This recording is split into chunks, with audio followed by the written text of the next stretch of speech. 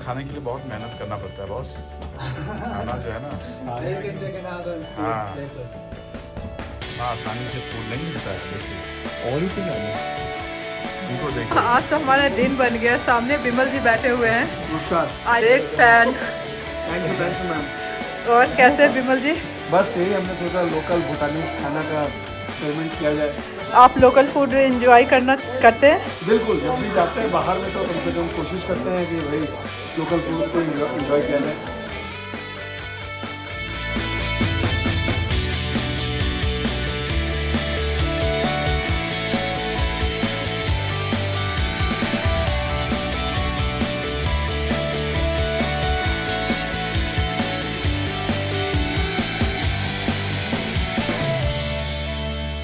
तो आज हमारे सामने बिमल जी मिले हैं और इनसे पूछते हैं कि ये यहाँ पे कैसे यहाँ के लोकल फूड एंजॉय करते हैं कि नहीं।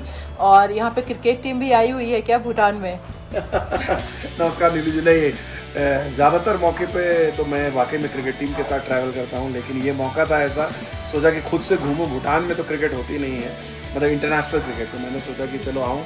लेकिन यहाँ पर खाने के लिए आया, जो ट्रेडिशनल भूटानीज फूड था, वहाँ आपसे मुलाकात हो गई, तो इससे बढ़िया चर्चा क्या होगी, खाने पे चर्चा।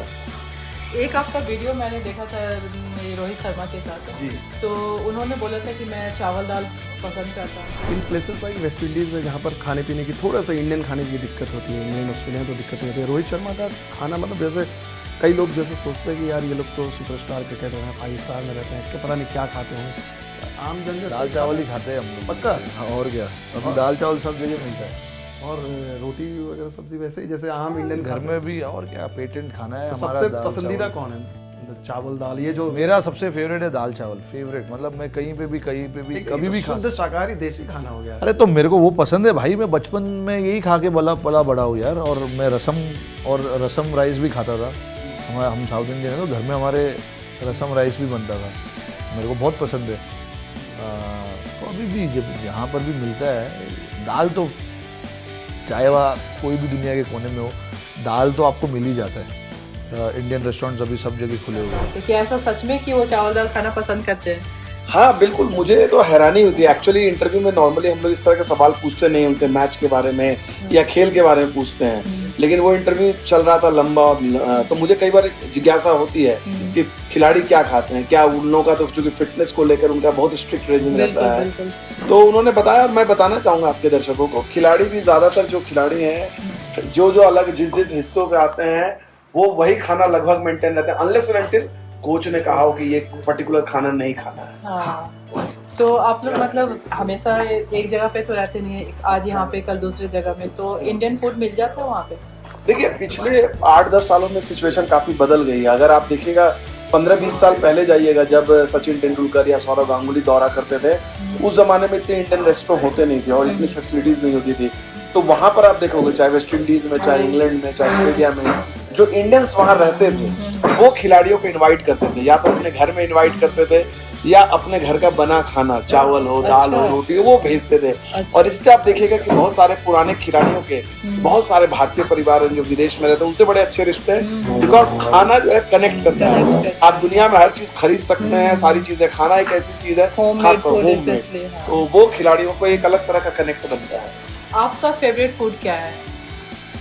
ओह, मेरा फेवरेट फूड अगर देखा जाए इंडिया के अगर लिहाज से देखा जाए तो मैं तो रोटी ही पसंद करता हूँ। रोटी सब्जी अगर देखा जाए ट्रेडिशनल जो खाना है। इसके अलावा अगर आप पराठे देख लिया जाए, पराठे खाता हूँ। मतलब ट्रेडिशनल इंडियन खाना जो हम लोग का है, स्पेशली अगर बिहार में देखा जाए तो चावल दाल और आलू की भुजिया जो होती है वो। सत्तू भी मैं विदेश लेके जाता हूँ काफ़ी, और सत्तू भी मुझे बहुत पसंद है।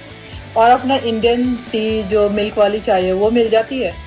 वो बड़ी कई जगह डिफिकल्टी होती है, लेकिन उसके लिए मैं ट्रेडिशनल जो है एक चाय की जो छन्नी हम लोग कहते हैं वो, और चाय पत्ती, मैं ये 2 चीज इंडिया से जरूर कैरी करके लेके जाता हूँ, ताकि कहीं भी रहूँ, एयरबीएनबी में रहूँ या कहीं भी रहूँ, वहाँ पर चाय, क्योंकि दूध और चीनी तो आपको मिल जाती है।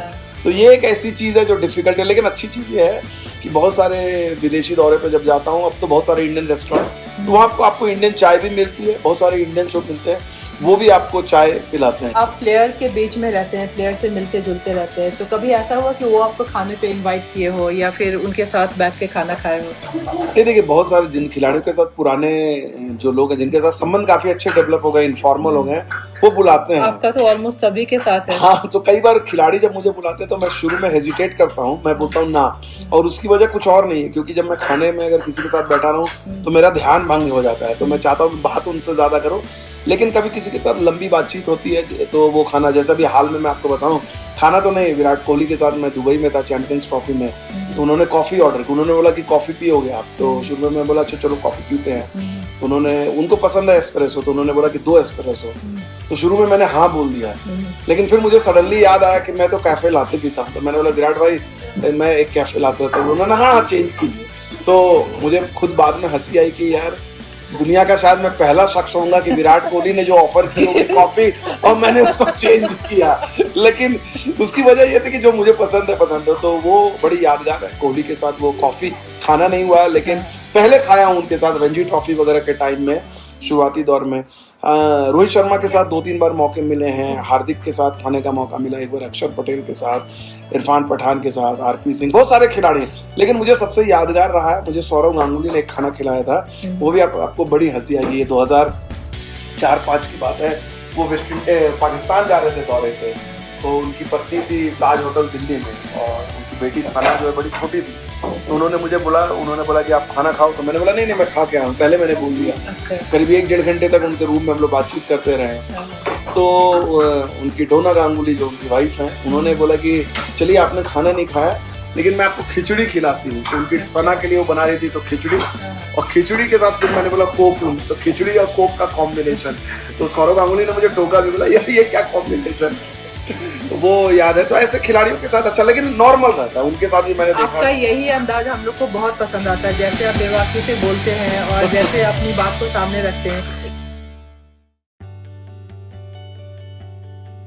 और वेस्ट इंडीज जब जाते हैं तब वहाँ पे कैसे आप लोग, क्योंकि वहाँ पे इंडियन खाना बहुत मुश्किल से मिलता है, तो कैसे मैनेज करते हैं आप लोग? तो वेस्ट इंडीज में थोड़ी सी डिफिकल्टी, क्योंकि इंडियन फैमिलीज कम है, लेकिन आपको मैं बताऊं एक बार कितने इंडियंस लोग अच्छे होते हैं। एक बार मैं ऐसे ही बारबाडोस में था, लाइव कर रहा था, और वहाँ मैंने बोला कि भाई मेरे को खाने की दिक्कत हो रही है, और लाइव करते हुए मैंने बोला, तो मेरा लाइव जब तक खत्म नहीं हुआ तो मैंने देखा कि एक लेडी आ गई थी चावल दाल आलू की भुजिया लेकर, वेस्ट इंडीज में, और वो डॉक्टर थी, मैं उनका नाम भूला, लक्ष्मी जी उनका नाम है, और उन्होंने मुझे लाके, मैंने बोला आपने कैसे, उन्होंने बोला मैंने आपको लाइव सुना, उन्होंने बाकायदा पैक करके दिया। फिर उन्होंने मुझे किस्सा सुनाया कि वीवीएस लक्ष्मण और राहुल द्रविड़ 97 के दौरे में आए थे उनके घर पहली बार, उसका तो जब वो आए तो उनके घर में जाते थे खाना खाने। तो स्पेशली साउथ इंडियन कम्युनिटी खाने के मामले बड़ी स्ट्रांग रहती है, क्योंकि बहुत सारे खिलाड़ी स्पेशली विदेशों में जो वेजिटेरियन खिलाड़ी हैं, जो वेजिटेरियन से खाते हैं, उनको थोड़ी सी तकलीफ होती है। नॉन वेज वाले के लिए तो बहुत सारे ऑप्शन रहते हैं वेजिटेरियन को, लेकिन वहाँ पर फिर इंडियन फैमिली जो है आपकी काफ़ी मदद के लिए आती है।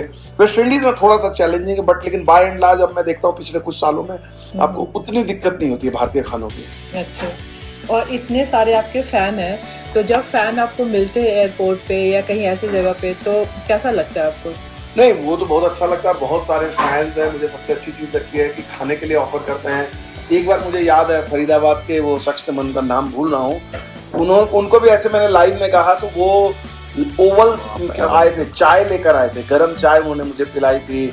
एक अपने हुडा साहब हैं कैनबेरा में, वो अपने घर से खाना लेकर आ गए थे लाइव में, ये सारे किस्से हैं। अच्छा। ऑस्ट्रेलिया में पर्थ में एक शक्ति जी हैं, वो खाना मैं जब पहुंचा था इसी बार 2025 में, तो वो बाकायदा उन्होंने पराठे सब्जी ला के उन्होंने मेरे होटल में। तो ऐसे बहुत सारे फैंस हैं जो उनको पता होता है कि भाई मैं अगर पहुंचा हूं तो इंडियन खाने को मिस करूंगा, तो ला के उस तरह से हॉस्पिटैलिटी, तो बहुत अच्छा लगता है। आप इमोशनल हो जाते हैं कि चलो यार इतना ही इन्होंने सोचा।